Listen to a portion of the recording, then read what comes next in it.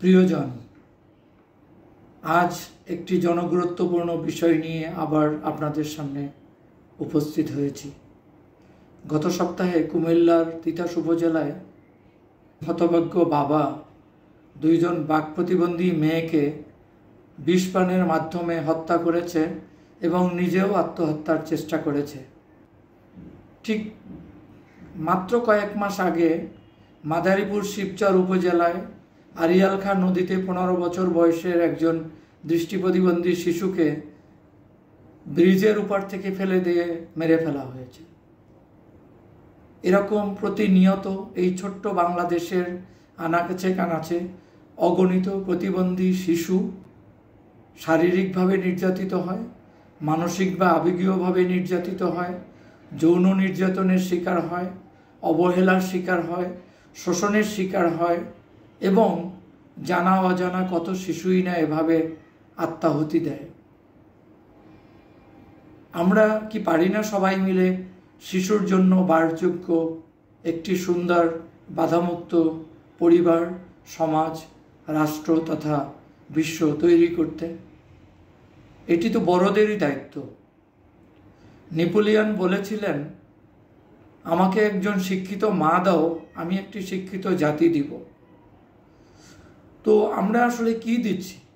সাম্প্রতিককালে দেখছি শিশু কিশোর অপরাধ বেড়ে যাচ্ছে, কিশোর গ্যাং তৈরি হচ্ছে, কথায় কথায় শিশুরা শিশুদের নির্যাতন করছে, কিশোররা শিশুদের নির্যাতন করছে, গাছে বেঁধে মেরে ফেলা হচ্ছে পশুর মতো। এই অবস্থার জন্য আসলে কারা দায়ী? আমি কয়েকটি বিষয় আপনাদের সাথে অবতারণা করতে চাই। একজন শিশু পরিবারে জন্ম নেয়, সে নিষ্পাপ শিশু হিসাবেই জন্ম নেয়।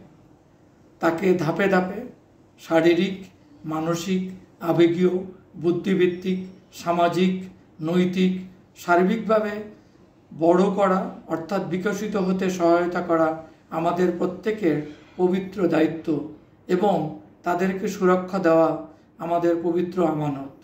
আমরা কি আমাদের দায়িত্ব যথাযথভাবে পালন করছি? যেই দেশের সংবিধানে শিশুর সুরক্ষার কথা বলা হয়েছে, যেই দেশ শিশু অধিকার সনদে স্বাক্ষরকারী দেশ, যেই দেশ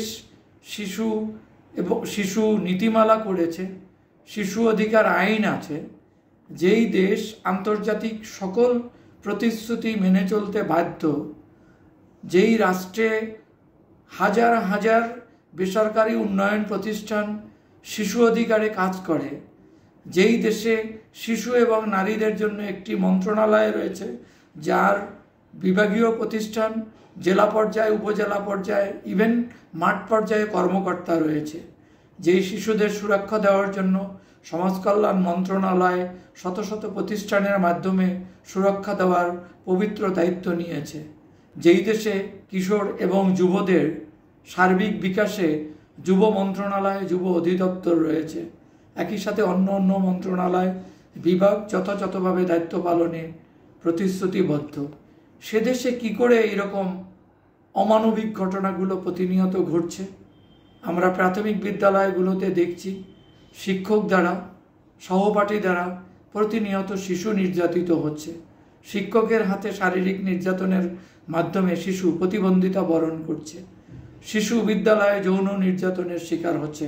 কদিন আগেও আমরা গাইবান্ধার একটি উপজেলায় দেখলাম যে একজন শিক্ষক দ্বারা একজন শিক্ষার্থী যৌন নির্যাতনের শিকার হয়েছে। আরও বেশ কিছুদিন আগে আমরা পঞ্চগড়েও অনুরূপ একটি ঘটনার প্রত্যক্ষ সাক্ষী। আমরা আসলে কোথায় যাচ্ছি? সত্যিই কি আমরা উন্নতির দিকে ধাবিত হচ্ছি, নাকি আমরা পশ্চাৎগমন করছি?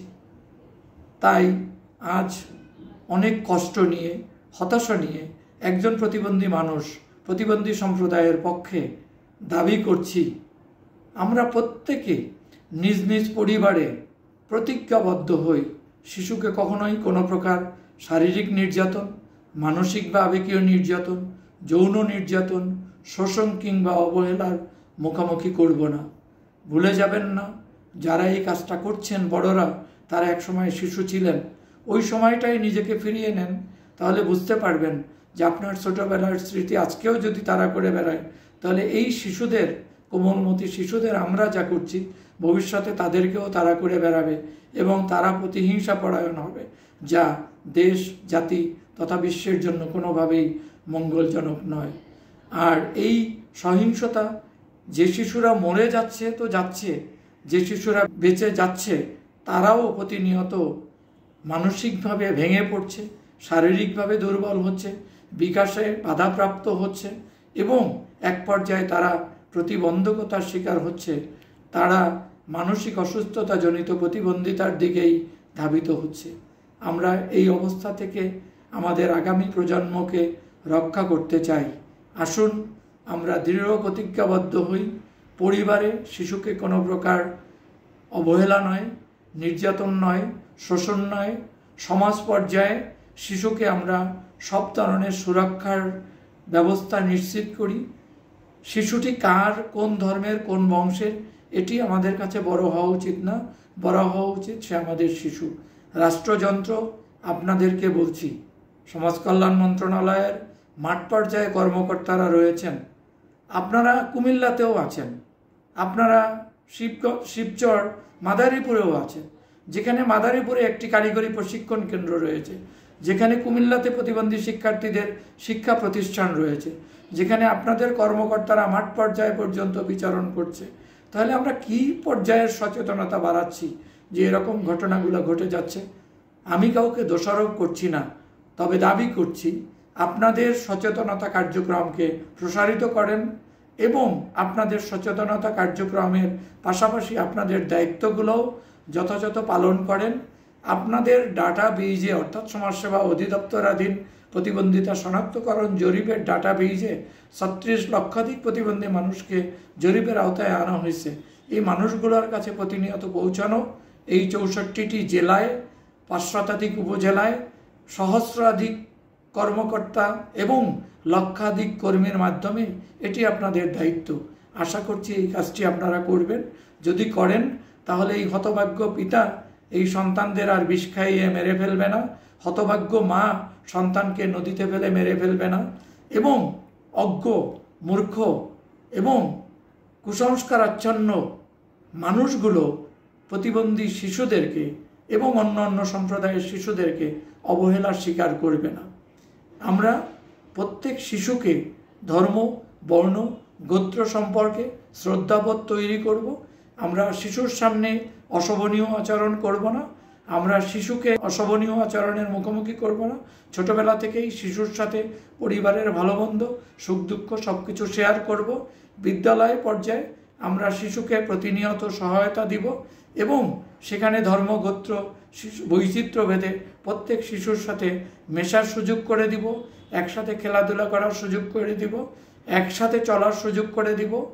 পেশা এবং সব ধরনের ক্ষেত্রে পারস্পরিক শ্রদ্ধাবোধ তৈরি করতে আমরা সহযোগিতা করব, যা প্রাথমিক শিক্ষার প্রান্তিক যোগ্যতার একটি অবিচ্ছেদ্য অংশ। এমনকি প্রাথমিক বিদ্যালয়ের শিক্ষকদের জন্য এসএমসি পিটিএ অভিভাবক সবার জন্য প্রাথমিক শিক্ষা অধিদপ্তর থেকে একটি পরিপত্র জারি করা হয়েছে আজ থেকে প্রায় 2 দশক আগে। সেখানে পরিষ্কার করে বলে দেওয়া হয়েছে শিশুকে কোনো প্রকার শারীরিক, মানসিক, আবেগীয়, বুদ্ধিভিত্তিক কিংবা শোষণ, নির্যাতন করা যাবে না। কোমলমতি শিশুদের বেড়ে ওঠার জন্য তার জন্য অনুকূল এবং বাধামুক্ত পরিবেশ নিশ্চিত করতে হবে। আর এই দায়িত্বটাও প্রায় 4 লক্ষাধিকের কাছাকাছি প্রাথমিক বিদ্যালয়ের শিক্ষক এবং লক্ষ লক্ষ এসএমসি পিটিএ সদস্যের। আশা করছি প্রত্যেকে যার যার জায়গায় থেকে শিশুদের প্রতি দায়িত্বশীল হই, তাদের অধিকারগুলো পালনে শ্রদ্ধাশীল হই এবং পূরণে প্রতিজ্ঞাবদ্ধ হই এবং পূরণ নিশ্চিত করি। তাহলে অবশ্যই এই দেশের কোমলমতি শিশুরা একদিন প্রকৃত মানবিক গুণাবলী নিয়ে পরিপূর্ণ মানুষ হবে, যা দেশ, জাতি এবং একীভূত বিশ্ব বিনির্মাণে গুরুত্বপূর্ণ অবদান রাখবে। সকলকে ধন্যবাদ।